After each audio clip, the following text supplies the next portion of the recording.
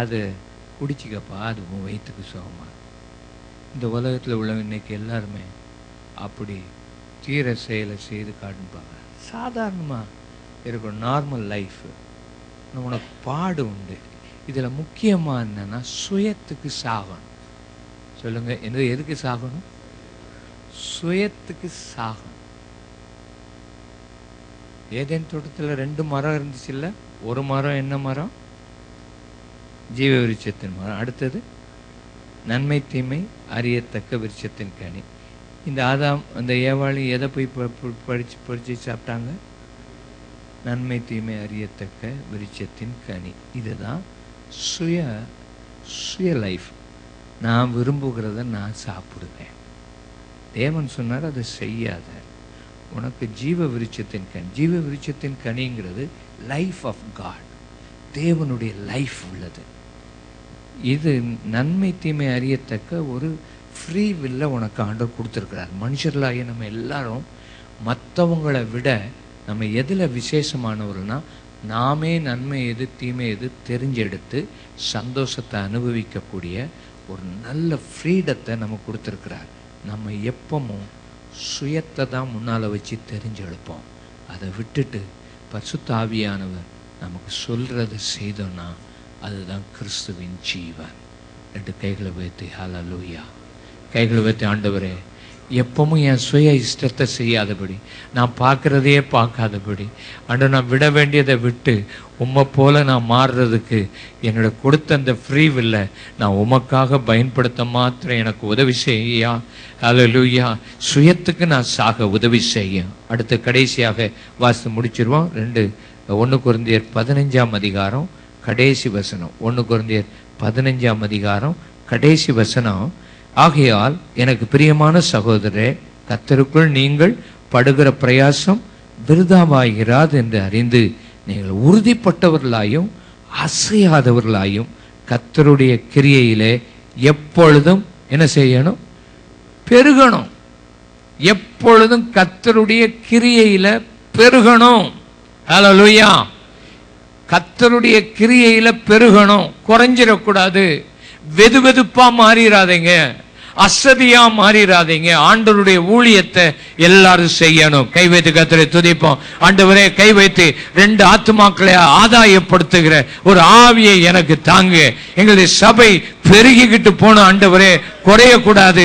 எங்களுடைய வாழ்க்கையில அனல் எப்பவும் இருக்கணும், வெதுவெதுப்பு இருக்கக்கூடாது. எங்க வாழ்க்கையில ஜெபத்துல நாங்க வளரணும் ஆண்டவரே.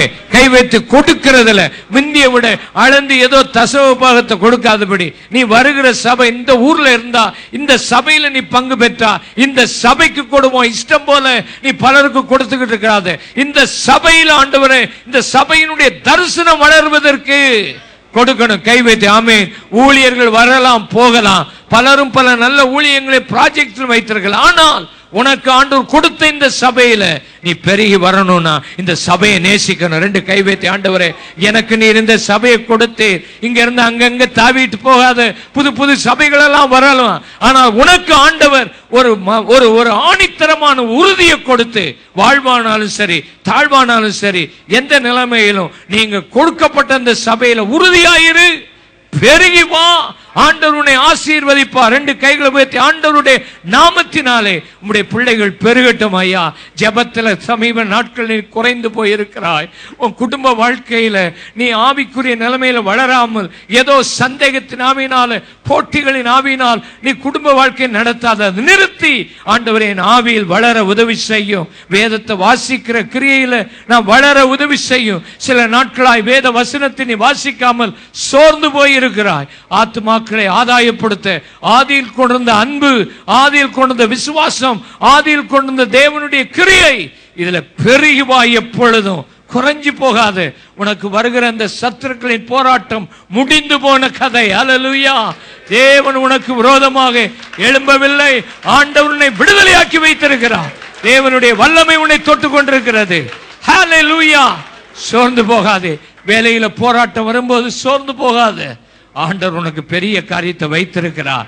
2 கைகளை வைத்து, எனக்கு என்ன வந்தாலும் உம்மை நம்புவேன் ஆண்டவரே, உம்மை விசுவாசிப்பேன் ஐயா. ஊர்ல வேதனையோடு இருக்கிற உன் தாய் தகப்பனை கண்டு சோர்ந்து போகாதே. பலருக்கு நடந்த காரியங்களை கண்டு சோர்ந்து போகாதே. கர்த்தர் உன்னை உருவாக்கி கொண்டு வருகிறார், உன்னை அபிஷேகித்து கொண்டு வருகிறார். தேவன் உன்னை கொண்டு வைத்திருக்கிற நோக்கத்தை அவர் நிறைவேற்றிய தீர்வார். நீ சோர்ந்து போகாதே.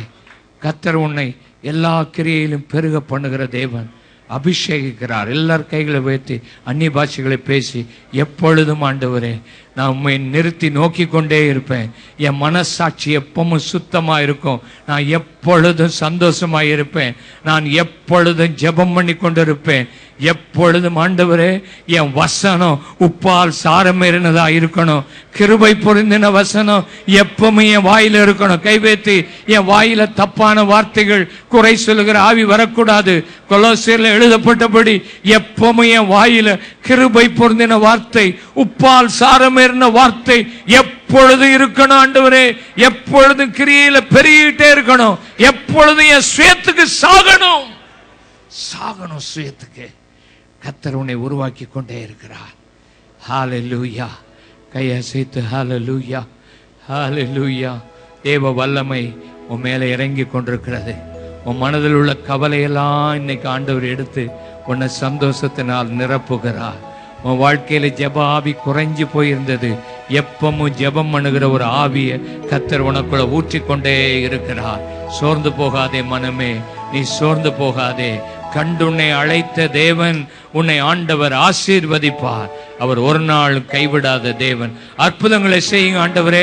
யாருக்காவது வியாதிகள் இருந்தால், யாருக்காவது பலவீனங்கள் இருந்தால், யாருக்காவது ஏதோ ஒரு கவலைகள் இருந்தால், இந்த காலை நேரத்தில் ஆராதனைக்கு வந்திருக்கிற நம்முடைய பிள்ளைகளுடைய தேவைகளை சந்தித்து உம்மை போல் அவர்களை மாற்றும். குடும்பத்தில் இருக்கிற கட்டுகள் இன்றைக்கு உடைகிறதற்காக ஸ்தோத்திரம்.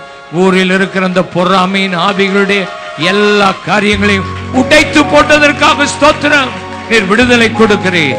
உம்முடைய சமாதானமும் சந்தோஷமும் நிறைவாய் உம்முடைய பிள்ளைகளுக்குள் வைத்துக் கொள்ளும். ஹல்லேலூயா. பரிசுத்தமுள்ள நல்ல பிதாவே, எங்களோடு நீர் பேசினதற்காக ஸ்தோத்திரம். உம்முடைய நாமத்தை நீர் மகிமைப்படுத்தினதற்காக ஸ்தோத்திரம். உம்முடைய ஆசீர்வாதத்தின் பாத்திரமாக இந்த சபையை நீர் உருவாக்கி இன்னும் தேசங்களுக்கு இது ஆசீர்வாதமாக மாற உம்முடைய பிள்ளைகளை நீர் ஆசீர்வதியும் ஐயா. மேலும் மேலும் இந்த சபை பெருகி வரட்டும்.